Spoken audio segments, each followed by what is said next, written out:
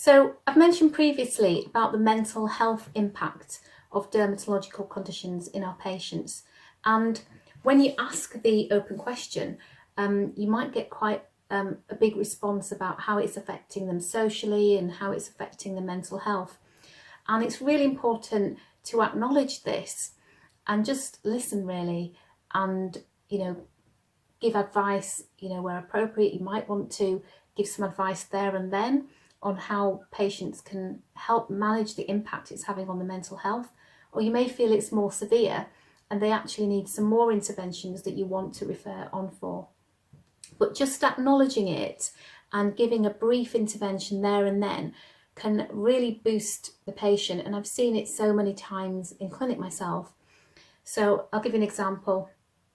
Just last week I had a patient who'd come in about her eczema, and it was quite troublesome for her, and it was affecting her sleep, and she had felt that stress was a big reason as to why her eczema would flare.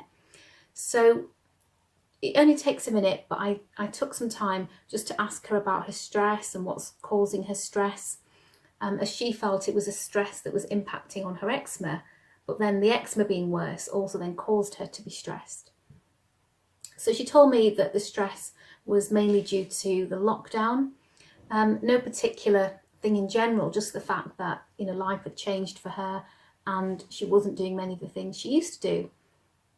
So the conversation just moved on, and I can resonate with that. Obviously, we're all in lockdown, so I was able to say, well, these are the strategies that I use for managing stress, and I talked about gratitude, and I told her the things that I'm grateful for on a day-to-day basis.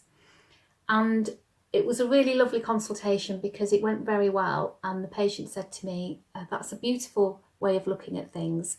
And she said, I'm going to do that. And she left, her posture had changed, she looked brighter and happier, and I think she felt listened to. So it does make a huge amount of difference when you acknowledge mental health.